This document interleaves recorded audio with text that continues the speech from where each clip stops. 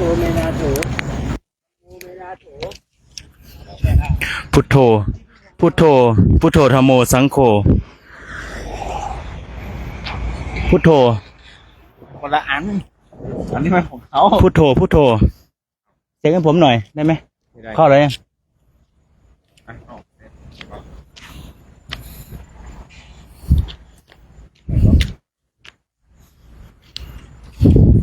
พุทโธธัมโมสังโฆเซ็กสุขสบายดีพ่อแม่พี่น้องญาติโยมทุกท่าน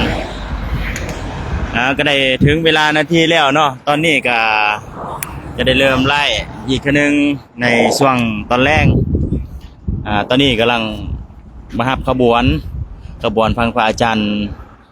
พระคุณพระอาจารย์โศกชัยเพิ่นกำลังเดินมาแล้วบรรยากาศตอนนี้ก็คือว่าฝนก็คือสิตกแต่ก็สิบ่ตกดอกเพราะว่าบุญญาบารมีหรือว่าทางครูพ่อแม่ครูบาอาจารย์ท่านคุ้มครองอยู่เจ้าบัตรเบิ่งเอาญาติโยมเบิ่งของฟ้าเด้อตอนนี้ฟ้ามืดครึ้มคล้ายๆฝนสิตกเนาะแต่ว่าอาตมาสังเกตมาแล้วก็คือจึงบ่ตกดอกเพราะว่ามีน้องหิมะเห็นอยู่นี่ เป็นผมไม่ใช่ตะไคร้นะเราเล่นเอาสบายดีญาติโยมถ้าเห็นคลิปนี้ก็ฝากกดไลค์กดแชร์เด้อตอนนี้กด Subscribe นำตอนนี้กำลังมาหับขบวนทางพระเดชพระคุณพระอาจารย์โศกชัยเพิ่นกำลังเดินมาแล้วญาติโยมเพิ่นนำผ้าทางพ่อแม่ครูบาอาจารย์โอ้จำนวน70-80รูปกำลังทยอยมาทางตะกองนี่ก็เลยมาตอนรับเพิ่นเน็ตซ่ามันบอกว่าเน็ตซ่าอยู่นี่แหละไปขออนุญาตเช็คเสียงในเด้อญาติโยมเป็นจังได๋คันเสียงปกติบ่ขณะเสียงปกติแล้วกด1พิมพ์1เข้ามาเด้อถ้าว่าเสียงปกติขออนุญาตให้พิมพ์เลข1เข้ามา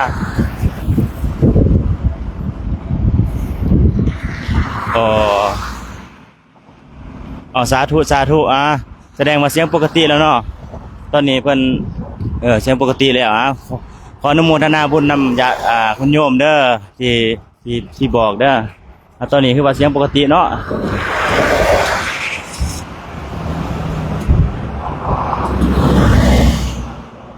สาธุญาติโยมให้เห็นคลิปนี้ก็ฝากกดไลค์กดแชร์ตอนนี้ฟังพระอาจารย์กำลังเดินมาแล้ว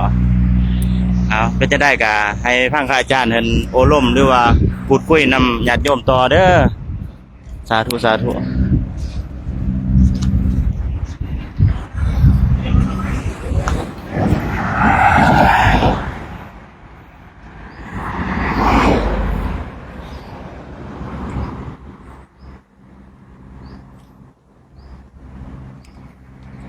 มีคุณ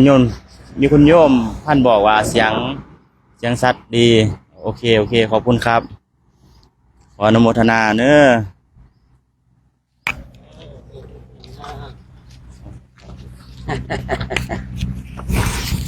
เสียงโอเคเพิ่นว่าบอกแล้วโอเคอยู่นะโอเค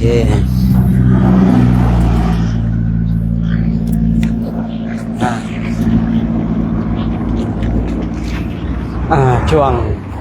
นี้เนาะได้เห็นได้ช่วงนี้แสดงว่าหน้าของเราใกล้จะถึงที่พักแล้วก็เลยไล่ให้ญาติโยมได้มารับพระคุณเจ้ากันพระคุณเจ้าก็เดินเข้าสู่ที่พักโยมก็มารับพระคุณเจ้าเข้าสู่ที่พัก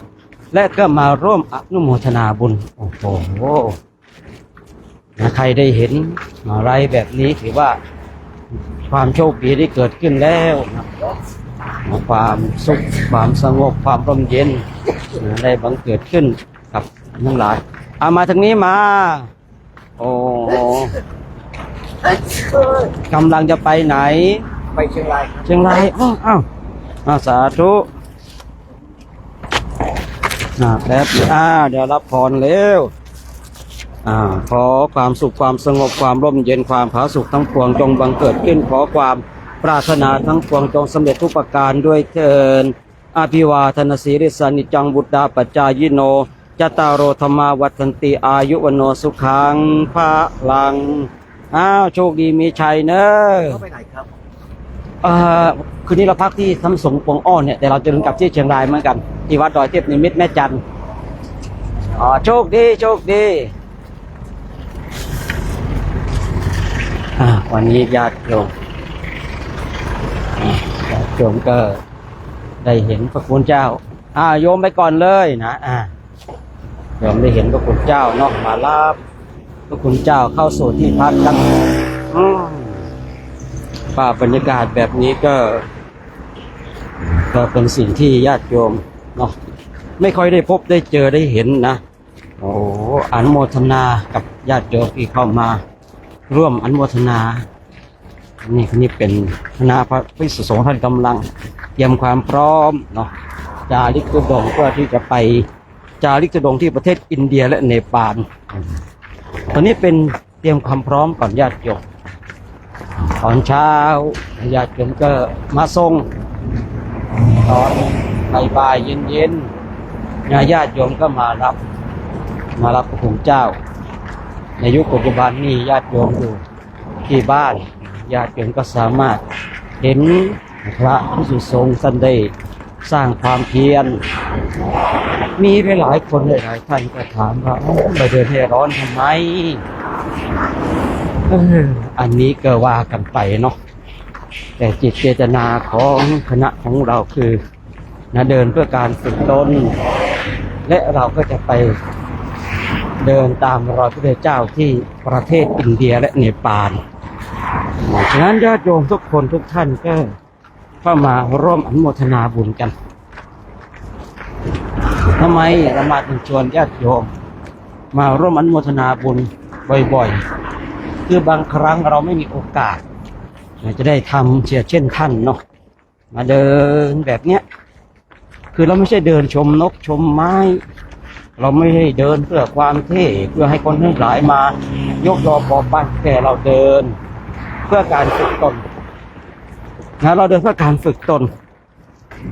นี่คือเจตนาของคณะของเราคือญาติโยมไม่มีโอกาสที่จะได้มาทำเช่นท่านแต่ญาติโยมก็มีโอกาสที่จะมาร่วมอนุโมทนาบุญกุศลกับพระคุณเจ้าของเราท่านก็ตื่นตั้งแต่ตี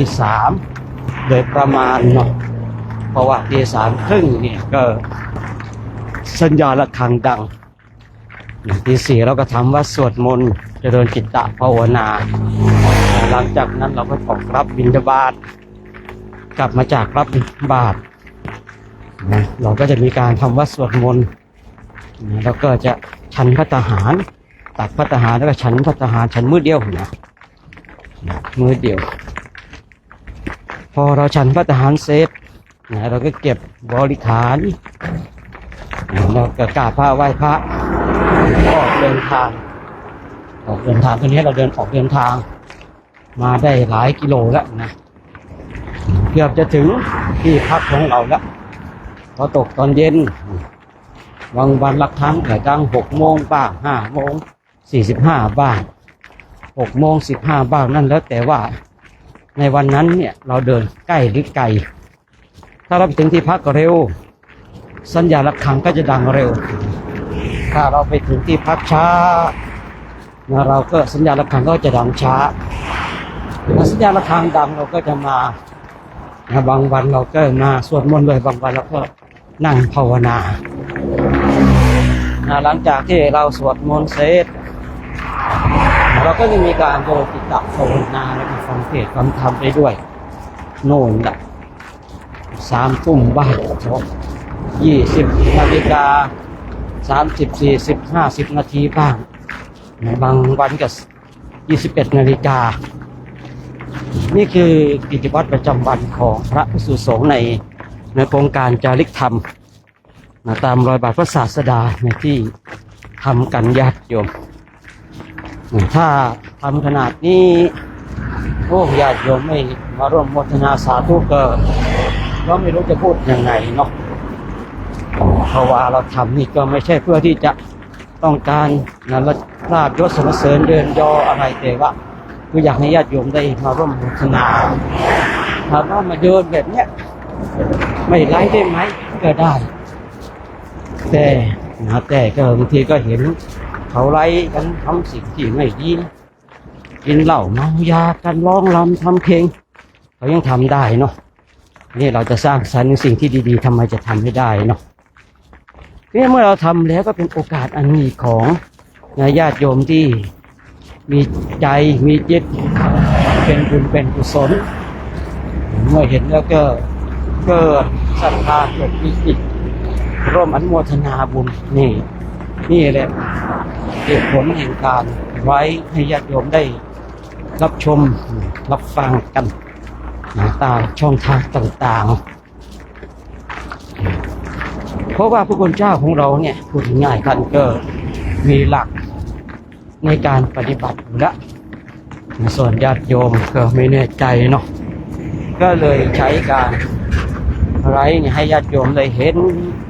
รูปอันเป็นมงคลจะได้มาร่วมอนุโมทนากันทางโน้นนะเป็นหนทางข้างหน้าของเราเนาะญาติโยมเนาะญาติโยมทุกคนทุกท่านท่านที่ได้ร่วมกันคอมเมนต์กดไลค์กดแชร์ก็ขออนุโมทนาสาธุการเพราะว่าเราได้มาร่วมสร้างสรรค์ในสิ่งที่ดีๆกันเนาะทีนี้ก็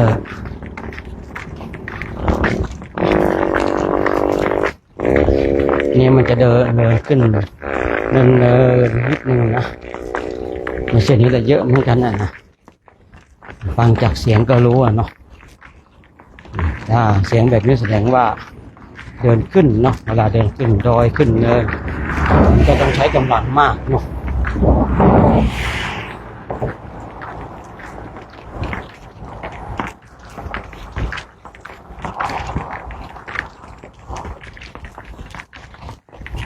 ของเรานี่คือไม่ได้เน้นในเรื่องของเดินเอากิโลนะของเราเนี่ยเดินเพื่อการภาวนาก็เหมือนกับการเดินจงกรมนั่นแหละท่านทั้งหลายเปลี่ยนสถานที่ไปเรื่อยเพราะธรรมภาพเองจะเน้นย้ำจากพระเนี่ยว่าคนเราเนี่ยเดินเหมือนกันแต่ได้บุญไม่เหมือนกันถ้าเราเดินอย่างมีสติสัมปชัญญะเราก็จะได้บุญได้กุศลแต่ถ้าเราเดินขาดสติสัมปชัญญะบุญทั้งหลายก็จะหายไปเรียกว่าเดินเหมือนกันแต่ได้ไม่เหมือนกันถามว่าเดินเอากิโลได้ไหมเดินไกลๆ20 30 40 50 โลได้แต่ทั้งหลายทำไมถึงไม่ได้คือตรงนั้นเนี่ยถ้าเราต้องการเอาธรรมที่ชื่อว่าขันติธรรมเนี่ยเราเดินเอากิโลได้แต่เดินไปแล้วเนี่ยคือเมื่อเราไปถึงที่พักแล้วบางทีมันก็หมดแรงแล้วการที่จะไปนั่งภาวนาเนี่ยยากเหลือเกินเดิน30 40 50 โลสิ่งที่ได้แน่นอนคือขันติธรรมแต่สิ่งที่ขาดหายไปก็จะหลายอย่างร่างกายก็จะเอาคืนแล้วก็เวลานั่งภาวนาสวดมนต์ก็จะไม่มีกำลังในสมัยก่อนพาพระเดินเนี่ย30-40 โลเวลาสวดมนต์อาตมาสวดอยู่รูปเดียวนอกนั้นก็นั่งหลับกันหมดนะก็เลยมีความคิดว่าถ้าเราเดินเอาเป็นกิโลเดินเอากิโลเนี่ยมันก็ได้นะแต่ศักยภาพของพระก็จะถูกโมหะครอบงำแต่เราเดินมา10 กว่ากิโล10 กว่ากิโลเนี่ยเดินแล้วเนี่ยมันได้สติเดินแล้วมันได้สมาธิร่างกายมันก็ไม่เพลียมากร่างกายมันก็ไม่บอบช้ำมากเวลาตกเย็นก็นั่งภาวนาได้ดีเนาะฉะนั้นญาติโยมทุกคนทุกท่านเนาะมาร่วมอนุโมทนาสาธุการกัน กับพระคุณเจ้าของเราด้านหลังที่ญาติโยมเห็นนี่คือเราเดินผ่านมาแล้วเนาะวิวทิวทัศน์ก็โอเคอยู่เนาะคุณโยมก็ว่าวิวทางเดินสวยงามเจ้าค่าสาธุก็โอเคเลยนะโยมเนาะดูสัญญาณอินเทอร์เน็ตดีก็เลยทำให้ภาพเนี่ยคมชัดเนาะแต่ถ้าสัญญาณอินเทอร์เน็ตไม่ดีก็รู้สึกว่ามันเป็นระบบเซ็นเซอร์เลยเนาะ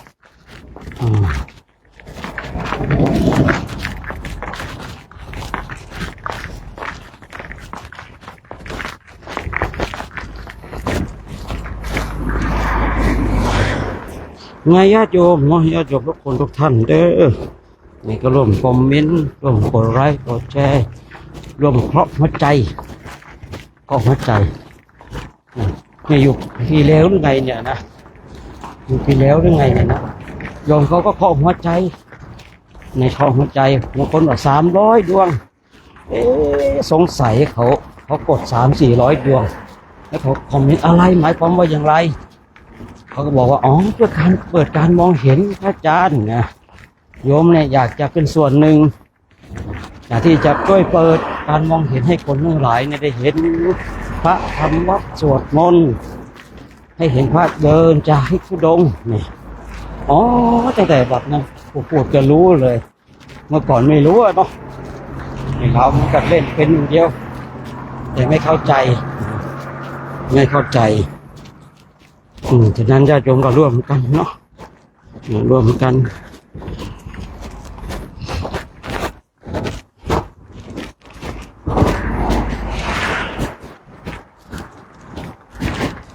ภาพสวยงามมากเลยญาติโยมนะภาพสวยงามมากเลยนะจากที่เรามาภาพมองดูเนาะสวยงามจริงๆญาติโยมนะเห็นแล้วเกิดปิตินะดูเห็นจีวรของพระเนาะเดินเป็นแถวเป็นแนวจีวรของพระเดินเป็นแถวเป็นแนวงามสวยงามตามหลักของการสร้างคุณงามความดีเลยนะดีจริงๆญาติโยมดีจริงๆเนี่ยญาติโยมน้องที่เราเห็นก็เกิดศรัทธาแล้วนะแค่เห็นปิติก็เกิดแล้วแค่เห็นบุญก็เกิดขึ้นแล้วเพียงแต่เราทำใจให้ศรัทธา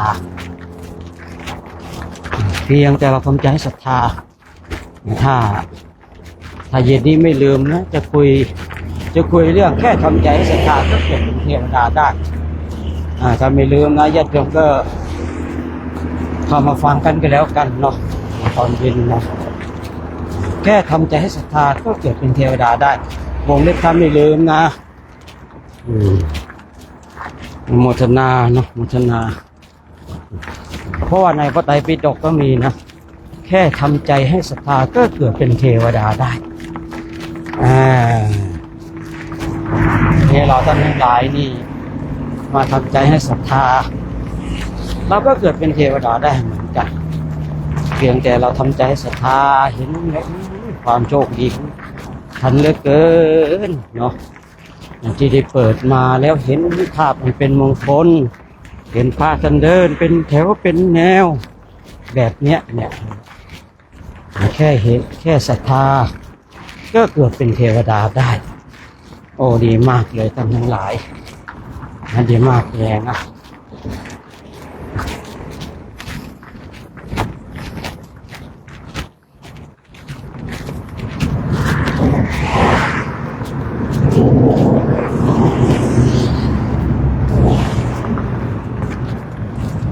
เดี๋ยวก่อนผมจำได้ว่าเราจะต้องข้ามตรงนี้เพราะตรงนู้นมันจะมีขวางให้นั่นอยู่ไปเดินไปเพราะว่าทางอยู่ตรงนี้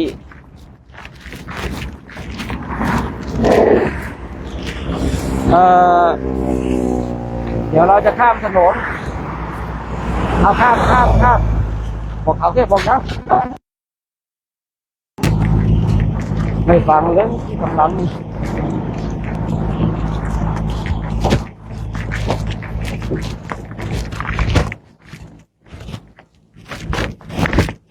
อ่าข้ามของเราเนี่ยญาติโยมนี่คือการข้ามถนนของเรานะนี่คือการข้ามถนนของเรานี่นี่เป็นการข้ามถนนของเรานะ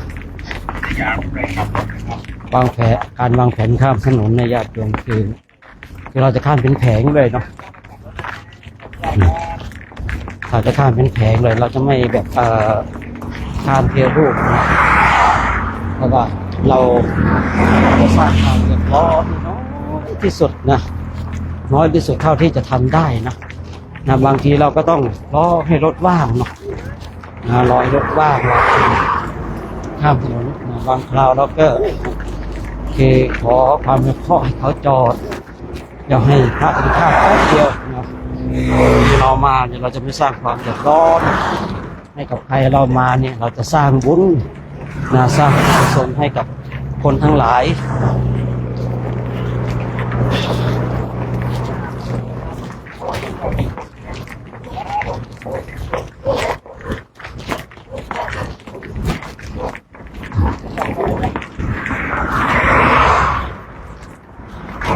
วันนี้เราก็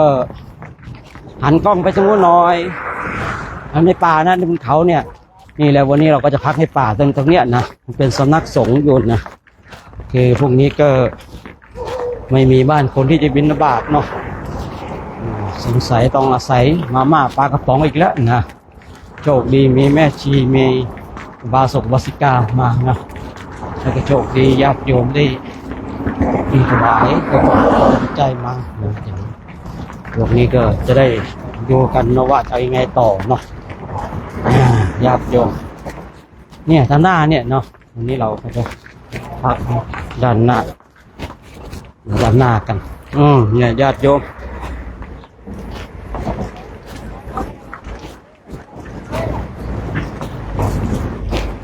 โอ้โห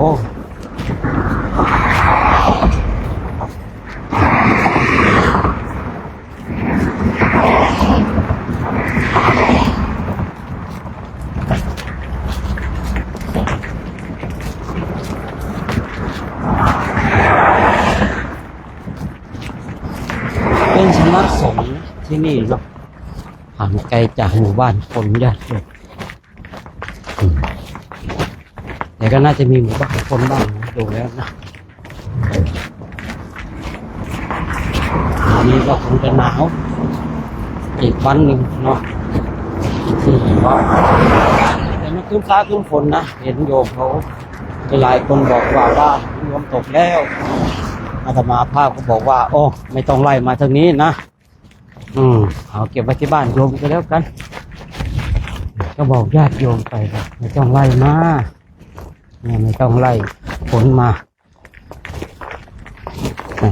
เก็บไว้ที่บ้านโยมก็แล้วกันเห็นทางขึ้นแล้วนะเห็นทางขึ้นแล้วเราก็จะได้เข้าสู่ที่พักกันญาติโยมญาติโยมก็ตามทรงเนาะตามรับเนี่ยรับมารับไม่ใช่ตามใช่คำว่าตามรับไม่ได้เนาะต้องว่ามารับแต่ตอนเช้าเนี่ยตามทรงพระคุณเจ้าเราทีนี้เราก็จะเลี้ยวขวาเข้าสู่สำนักสงฆ์ปงอ้อญาติโยม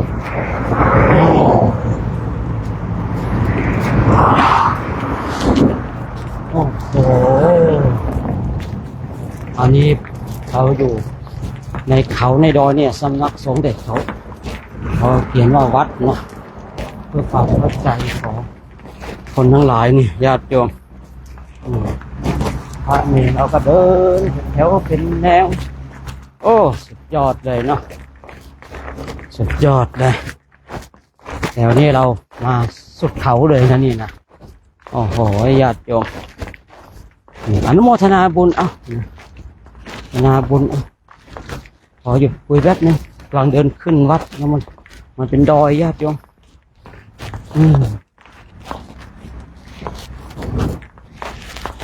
โอ้ เดินมาแล้วยังมาเจอขึ้นดอยอีกนะเนี่ยน้องนี่แบบวันนั้นพระเขามานวดเขาเห็นโอ้โหอาจารย์นี่ไม่กล้าอาจารย์เป็นนักกีฬาเก่าเลยท่านทั้งหลายแต่เราเดินเนาะเดิน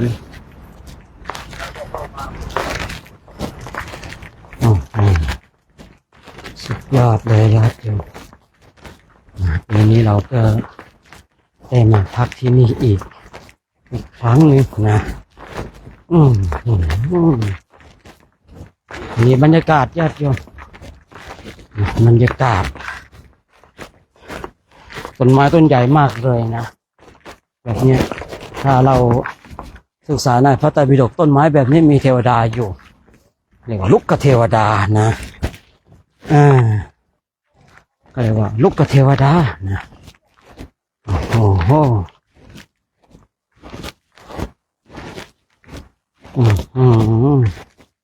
ไม่ธรรมดาไม่ธรรมดาจริงๆโอ้โหสาธุสาธุสาธุนะสาธุสาธุ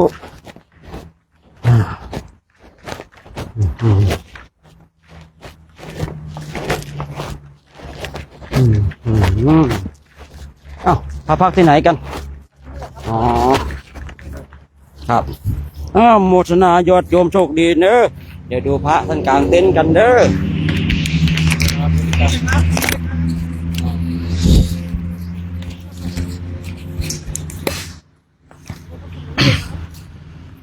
สาธุสาธุมื้อนี้ก็เป็นอีกมื้อหนึงเด้อศรัทธาญาติโยมมื้อนี้ก็เป็นอีกมื้อหนึงมา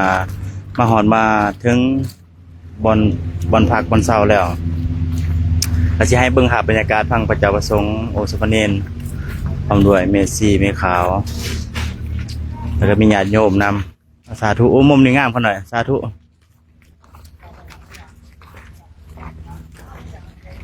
สาธุสาธุเอาให้เห็นคลิปนี้ก็ฝากกดไลค์กดแชร์พิมพ์สาธุเข้ามาได้เด้อ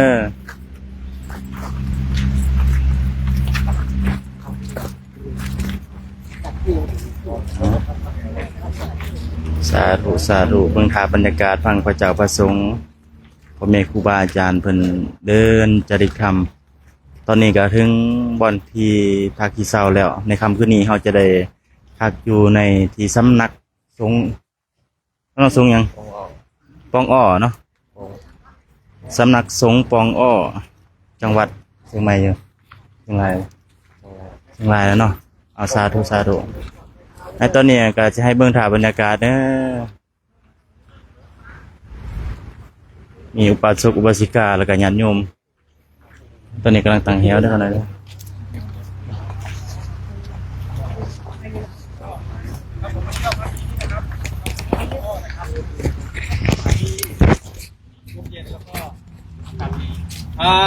จุดนี้นะครับจะเป็นที่พักของพระพุทธเจ้านะครับตั้งแต่เป็นที่หนึ่งนะครับไล่ลงไปเลยนะครับ1 2 3 4นะครับไล่ตามพื้นที่นะครับเพราะว่ามันจะมีมากว่าพระพุทธเจ้าเป็นความดีนะครับถ้าบางทีเนี่ยจะมีหลายที่เข้าลงนะครับไล่ลงไปนะครับ ตอนนี้พังพระอาจารย์เจ้าหน้าที่กำลังจัดสถานที่พักให้ ห้องน้ำนะครับด้านนี้นะครับ ทางพระอาจารย์เจ้าหน้าที่เพิ่นกำลังแนะนำบอนฮักบอนกลางเต็นท์ให้ทางคณะสงฆ์สามเณรทางพระเจ้าพระสงฆ์เพื่อความเป็นระเบียบเรียบร้อย ในคณะกำลังจ้าเดี๋ยวนะสาธุงามบรรยากาศ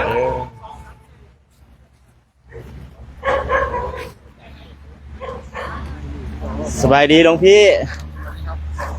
มัน ว่านิมนต์หลวงพี่ให้โอวาทของอะไรครับผม ขออนุญาต ว่าจังไดกันหน่อย ขออนุญาตในพระอาจารย์ให้ว่าทางยองเมตุนธรรมะสั้นๆก็ได้ว่าเวลากุบันเวลา ธรรมะสั้นๆกับ คิดแนวทาง คิดแนวทางเนาะก็มีอัตถกถาบาลีเพิ่นได้บอกไว้ว่าท รรมจารีสุขังเสติ ผู้ประพฤติธรรมย่อมอยู่เป็นสุข โดยขน่อยเจริญสุขเจริญสุขเด้อ เวลาเราเป็นเวลาเนาะกางเต็นท์จะได้กางเต็นท์น้ำเนาะจะได้ยาดา อ่ะ จะได้มื้อนี้ สบายมากเป็นเขา พอแล้วโอ้ย ขึ้นเขาบ่ฮักเขาอยู่ฮักเขาอยู่อ่ะ บ่มาหักดอกปวดหัวใจ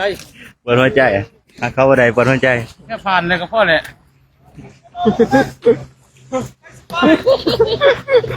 ไม่ได้ ผ่านแล้วด้วยดิ เหนื่อยครับ เหนื่อยเนาะ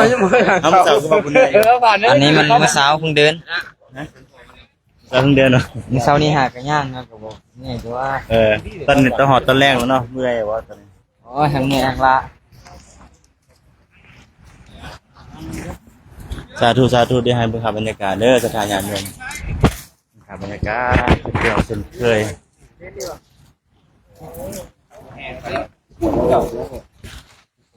เอาคิดสกิดใจญาณเมืองนิดนึง นี่ผู้สกิดบุฟานใดคอย ยากก่อนเนาะจะได้มื้อนี้เมื่อยอยู่บ่ อ๋อไม่อะไร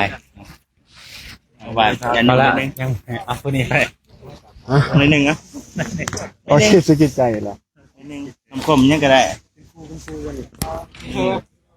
อันนี้มุ่นเท่าไหร่โอ้มุมนี้ก็สุดยอดเลยเนี่ย ก็สุขสบายดีสุขีเจริญพรวันนี้คณะสงฆ์เฮาก็ ก็ได้มาหอดจอดถึงอยู่ที่วัดป่าอ้อแม่นบ่วัดป่ายังไง ปางอ้อ วัดปางอ้อเนาะ สำนักประสงค์วัด แล้วสำนักสงฆ์วัดปางอ้อเป็นสถานที่หนึ่งที่อุดมสมบูรณ์เลยก็ในระยะทางเฮาก็มีความอ่อนเพลียอิดเมื่อยแต่ว่ามาหอดจอดถึงได้ก็ถือว่าเห็นธรรมชาติอุดมสมบูรณ์เนาะเฮ็ดให้สดชื่นได้ ส่วนหัวข้อธรรมะสกิจใจในมื้อนี้ก็คือบ่มีหยังที่คนคนหนึ่งเฮ็ดได้แล้วเฮาเฮ็ดบ่ได้เนาะถ้าคนหนึ่งเฮ็ดได้คนที่สองที่สามที่สี่ก็ต้องเฮ็ดได้คือกันเนาะเพราะว่าเฮาก็เป็นเหมือนกันเนาะเราเป็นมนุษย์เหมือนกันแต่ถ้าว่าเฮาเฮ็ดบ่ได้ก็แปลว่าเฮาก็แตกต่างจากหมู่ ประมาณนี้เนาะบ่เป็นหยังสาธุ ขอบใจเขาหน่อยทางฝ่ายอาจารย์ว่าเฮาอื่นเฮ็ดได้เฮาก็ต้องเฮ็ดได้แม่นบ่ได้หลานอยู่ด้วยกันหน่อยนี่5,000ติดต่อ 5,000 เงิน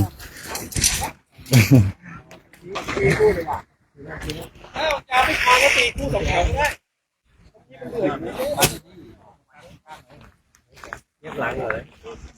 เอ้าก็ได้นั่งเลยครับอาจารย์ไปจะได้ โอ้ย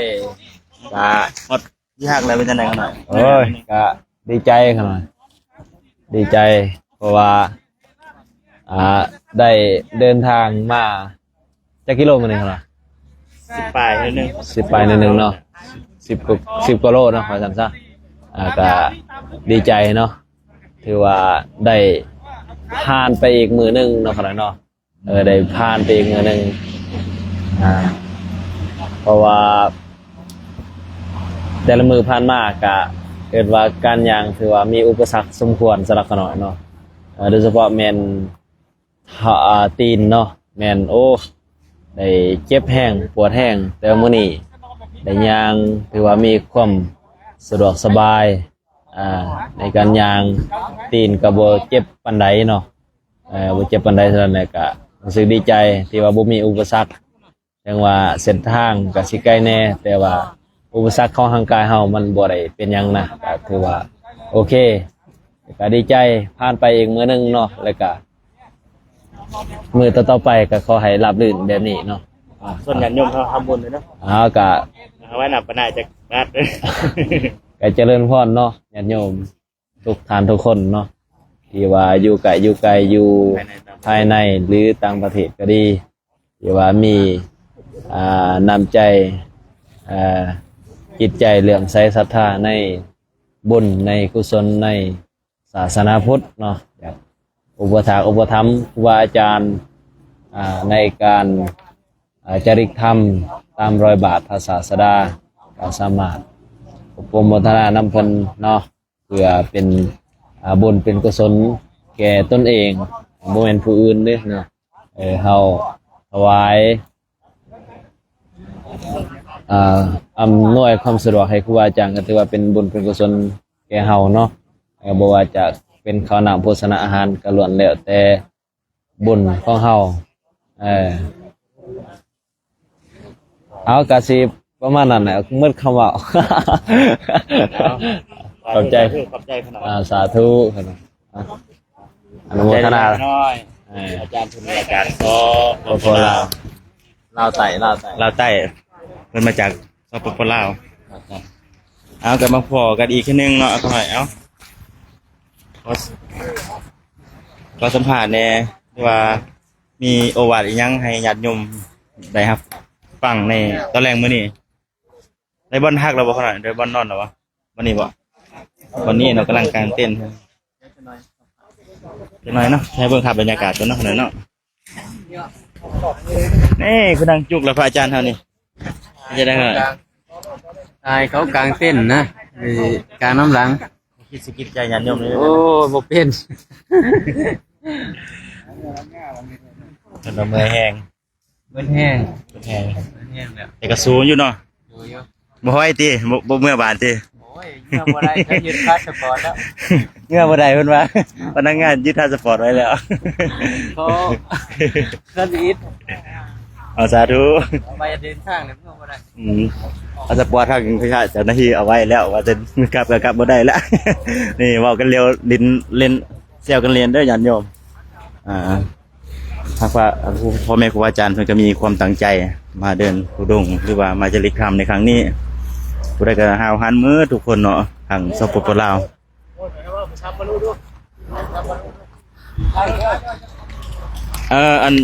นี่บอกมาให้เอาตัวญาติโยมฟังเนี่ยจ้ะเน้นมาจากสปปลาวบ่อายนะนี่คุณยายมีตายังเว้าอยู่เนาะนิดนึงก็ได้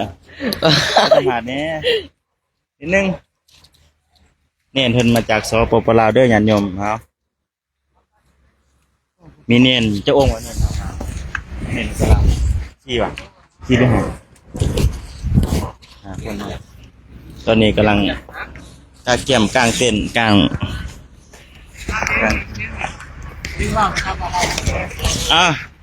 นี่หัวหน้าสั่งต้องเบาได้เดี๋ยว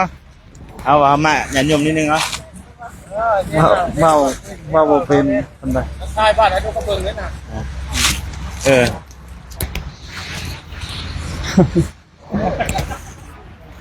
เอาดีใจเสมอที่มาเดินธุดงค์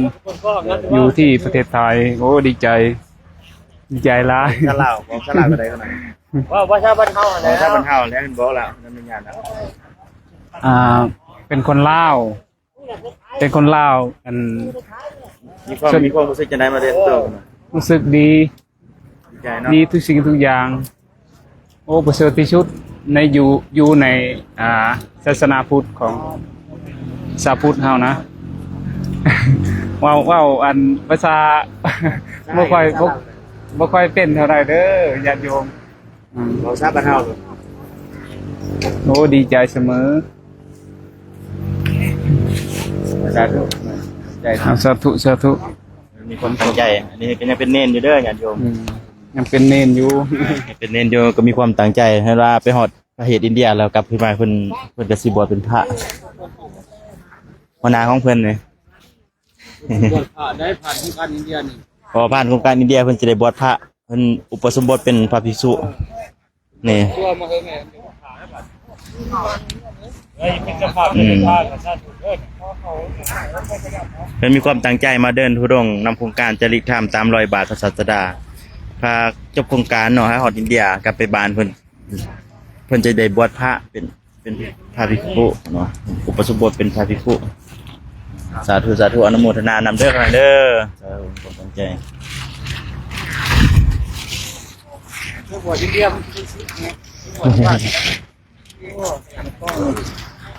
เป็นยังไงคุณยายบ่ได้บอกจักเทื่อจังเนาะหายสบายดีญาติโยมเนี่ยบอกภาษาไทยให้ฟังมีแต่ภาษาลาวเนี่ยเพิ่น โอ้ยว่าไม่เป็น พูดภาษาไทยเลย เมื่อกี้บอกให้ว่าไปหาคนอื่นก่อนไป ให้หลวงพี่คุยด้วยเนาะหลวงพี่นาย โอ้นี่ต้องหลวงพี่แล้วพูดเก่ง หลวงพี่คุยเถอะพักกลาง เดี๋ยวเขาขึ้นซับให้ เอาเลยผมคุยแล้วครับ อ๋อคุยแล้วเอา ให้ก่อนญาติโยมหน่อยนึง ไปก่อนการเต้นงานเต้น ทำงานนะครับทำงานครับหลวงพี่ไป สาธุเอาญาติโยมให้เบิ่งภาพบรรยากาศทางพระเจ้าประสงค์ญาติโยมเนาะกำลังกางเต็นท์กางเต็นท์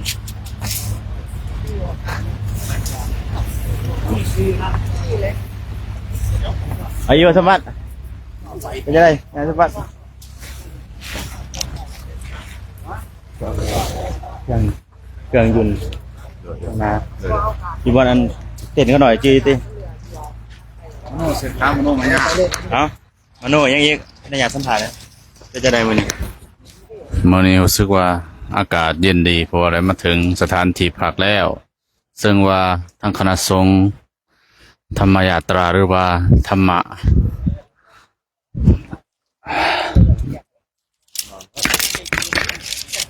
ก็ขอขอบใจทั้งผู้เป็นสภาเนาะทั้งในหนาวร้ายฝ่าวไปอาบน้ำเพื่อสำระห่างกายเพื่อเข้าไหว้พระต่อเจริญสติขอขอบใจทานเจ้าคุณสมบง เอามาขอบคุณเขาจังได้ขอบคุณญาติโยมเป็นผู้เบิ่ง